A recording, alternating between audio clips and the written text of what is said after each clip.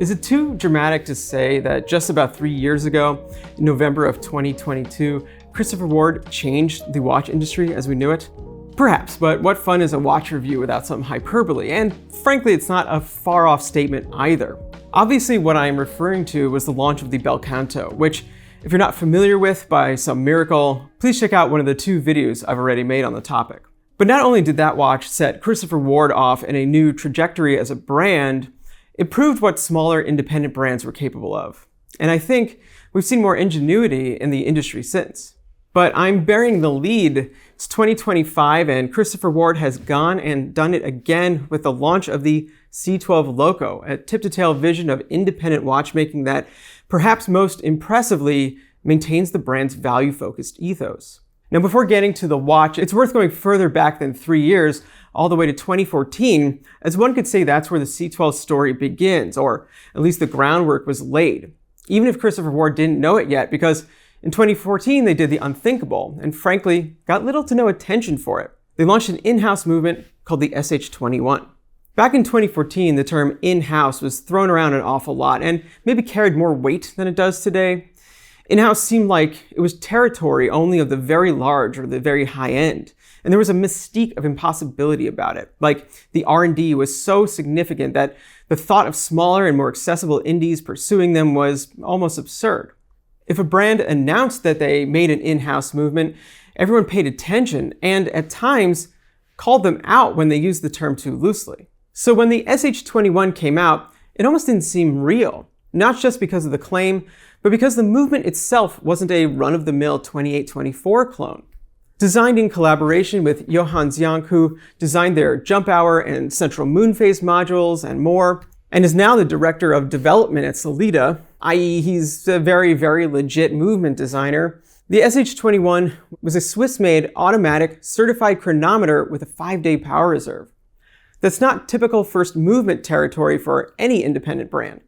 But add in that it was from a direct-to-consumer, online-only brand that specialized in sub-$1,000 watches at the time, well, it just kind of went against the rules as we knew them. And sadly, I think a lot of people, particularly media, but also snobby collectors, didn't really believe it, or didn't really compute or accept it for what it was. I mean, there were much larger, pricier, and more public-facing brands that weren't even close to pulling something like that off. So it didn't do for the brand what it probably should have. But to play devil's advocate, perhaps it was just too early. In the years since, Christopher Ward has matured tremendously as a brand, as has the industry and collectors. Christopher Ward resolved a many years-long branding challenge, greatly refined their watches with the introduction of light catcher cases, began working with the MOD, formed a specialty in sapphire dials, and most importantly to me, honed in on a design language that was their own. So when the Bel Canto came out, it was like SH21 launched 2.0. You still had a relatively small independent brand doing something truly innovative and unexpected, but with the gravitas they needed to break through, make industry-wide news, win a GPHG, and sell a ton of watches.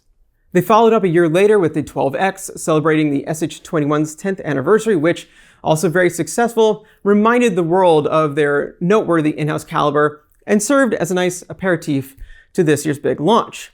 The follow-up to the Bel Canto and the 12X, the brand's most impressive launch to date, the C12 Loco.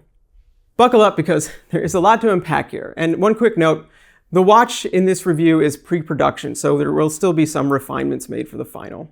Okay, so where to even begin? I mean, well, just look at it. Take in what you are seeing. This isn't your everyday watch. The time is offset, and the escapement is on the top of the dial. The balance, which is free-sprung and fairly large in diameter, floats above the surface a solid couple of millimeters, oscillating at 28,800 beats per hour. Below it, the pallet fork rocks back and forth, unlocking the escape wheel located at the very bottom of the dial. Massive, tall bridges with various facets and surface finishes cross the lower half of the dial, holding the balance and escape wheel in place. The dial above, a ring crafted of sapphire and set with applied lune markers and an applied index, hovers, seemingly connected to nothing. At its center, the hour and minutes hands stand alone like some sort of watchtower connecting straight through to visible gears below. Yet, despite all of that, unlike the Bel Canto, which has an appealing chaos to it, the C12 Loco is clean and balanced. I'd go so far as to say it shows remarkable restraint given that it is a showpiece. The array of circles from the time display dial to the escape wheel descending in radius, gently overlapping each other is elegant and balanced, or in a word, harmonious. And we've only just begun. But before delving further, I want to stop for a second to talk about the obvious centerpiece of the design, the dial side escapement. This isn't an open heart, this isn't skeletonization, this isn't a modification or a module. This is an entirely new movement that has been designed to move the most important organ of the watch essentially up and out of the movement while keeping aesthetics in mind. This is highly uncommon in general, with the most obvious examples being the Breguet Tradition series, which likely kicked off the trend when they were first released in 2005. There are others too, like those by Garrick, which also separates the balance from the rest of the escapement, the Vuitton and inverse watches, which sort of cheat as the movement is essentially upside down, and a few others. That might sound like a lot, but it boils down to actually very few models. Anyway, what those watches also all have in common is that they cost anywhere from a substantial sum to an if you even have to ask amount. But the C12 Loco, well, it's $4,595 on the rubber strap. And mind you, it's truly in-house through and through. Unlike the Belcanto, which combines a Sellita movement with an in-house module, the movement in the C12, which is called CW003, is all theirs. And it's, once again, not your average movement. An evolution of the SH21, which has been rebranded to the CW001, the CW003 has a remarkable 6-day or 144-hour power reserve. It's also got 29 joules, and while it can't be chronometer certified because there's no seconds hand, it is regulated to -0 + 7 seconds a day, so within chronometer spec. It's also pretty badass looking. As the escapement is removed, what you have is a lot of space for 2 large barrels, creating that whopping 6 days of reserve. They are positioned perfectly center and held in place by singular massive bridges that raise off of the base plate several millimeters before cantilevering over top, each with multiple polished bevels and brushed surfaces. Between the barrels is a large gear that is part of the winding system held in place by a third bridge. A single plate on one side covers the keyless works and is finished with directional brushing. All of the plates have black plating, contrasting the bright silver barrels, mirror-polished ratchet wheels and screws. It's very modern and distinct in appearance with a cool, slightly brutalist design. It also just really has that independent brand feeling, like this isn't something that could come from a big luxury group.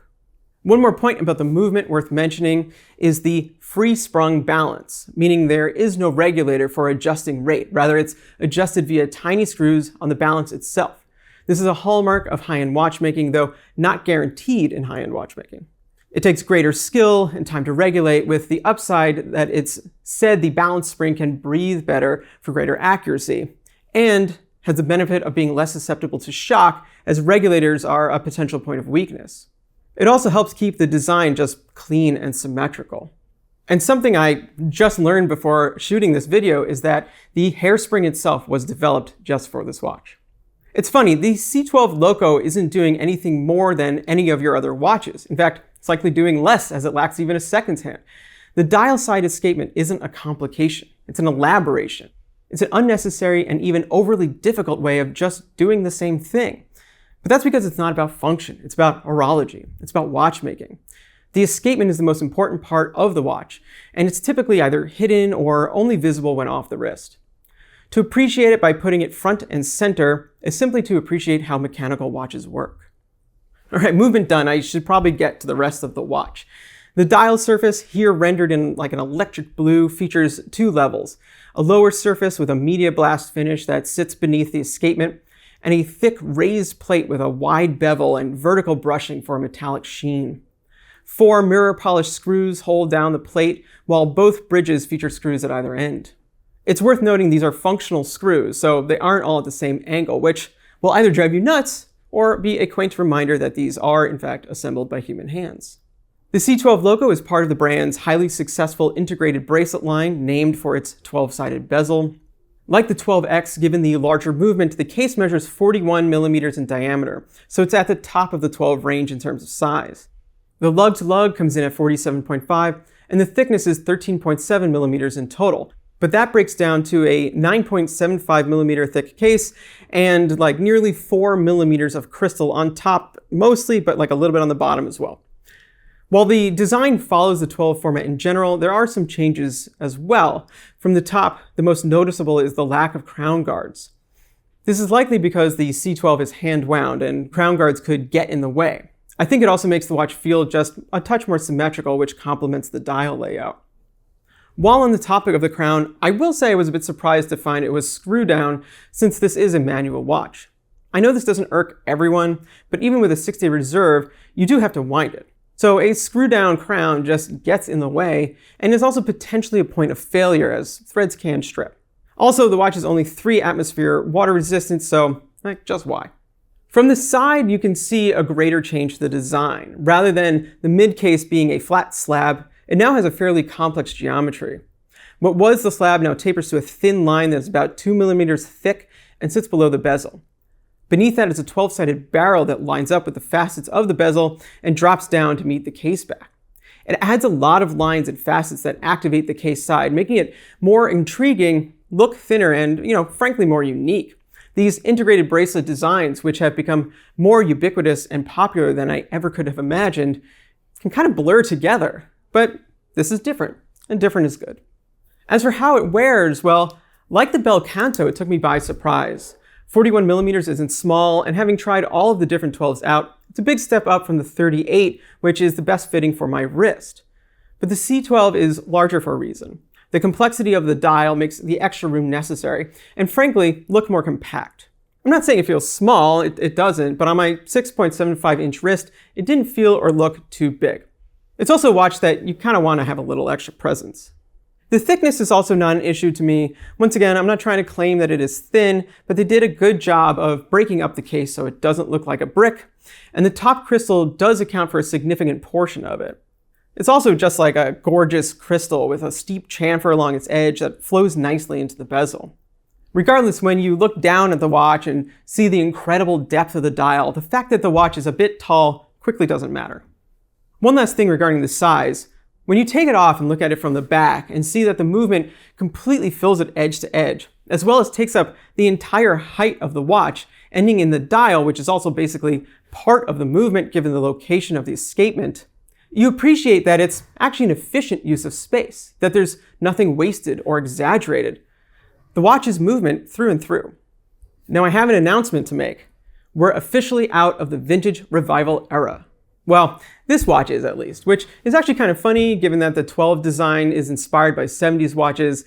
But regardless, the aesthetic of this watch is pure 21st century haute horology. It's not styled in a way that speaks to something external, airplanes, yachts, etc. It's a watch that's about being a watch, a meta watch perhaps. It's also not luxury in an attitudinal sense. Rather, it's luxurious because it's beautiful and elaborate. But it's also not pretentious, which makes sense for a Christopher Ward. Perhaps it's a new genre, humble haute. Anyway, it's refreshing, attractive, and looks killer on the wrist. This blue is a bit intense for my taste, but I got a peek at the white and black models, and they were spot on for my style at least. The white in particular, which surprised me. Regardless, in the week plus I've had with this sample, I haven't been able to keep my eyes off of it. Where the Bel Canto had a silently building tension as it winds back its hammer, the C12 is kinetic thanks to the constant motion of the balance. And yet, they kept it clean, balanced, and legible. Well, in case you can't tell, this is the kind of watch that gets me really excited. This is watchmaking for the sake of watchmaking. I think Christopher Ward learned from the Bel Canto that they can be successful making watches that people obviously want, divers and such. But when they make watches that no one would have asked for in the first place and break the rules, they can do really well. And, it's not that it's all about sales. This is a watch that was made to show how far they've come as a brand, which hits home with the price. Once again, that's $4,595 on rubber, $4,825 on a bracelet. Price is only achievable because they've built up the infrastructure to do a lot of this themselves, especially finishing. But on that note, I also think it's important to have the right expectations regarding the finishing. This is a nicely finished watch inside and out. Christopher Ward's cases in particular are really top-notch these days. But there is a difference between their large-scale movement finishing and what you'll find on the watches I mentioned earlier from other brands. There are fewer polished bevels, interior angles, etc. But moreover, each watch and movement can't be labored on for hundreds of hours. So what you get still looks amazing, especially with the naked eye, but under a loupe just isn't as perfect or complex. Surfaces aren't quite as flat, the edges of the lines between brushed and polished areas aren't quite as straight, hands and markers don't look impossibly sharp like, on a Grand Seiko. It's still exceptional, and this is still a watch that I would call a great value in terms of design and finishing, but it's not a stand-in for a small production 5 or 6 figure watch. And I don't mean that as a criticism, really. It's just the reality of the limitations faced when making something so bespoke, but also quite reasonably priced for what it is. This is a new genre of watchmaking that Christopher Ward and maybe a brand like Space One are at the vanguard of. They're bringing haute horological concepts and complications into the realm of the affordable, while still being Swiss made. They can't do everything. Okay, let's put a bow on this. Look, the Christopher Ward C12 Loco, by the way, no, I don't love the name either, is a watch you are going to hear a lot about this year, and likely next, and maybe even after that. It's a huge achievement for the brand. It's another turning point for small independents, and it's a damn cool watch that I'd at least happily own and wear. I don't have anything else to say other than, everything I already did, other than it's a great time to be a watch collector thanks to watches like this. Thanks for watching, like and subscribe. We'll see you next time.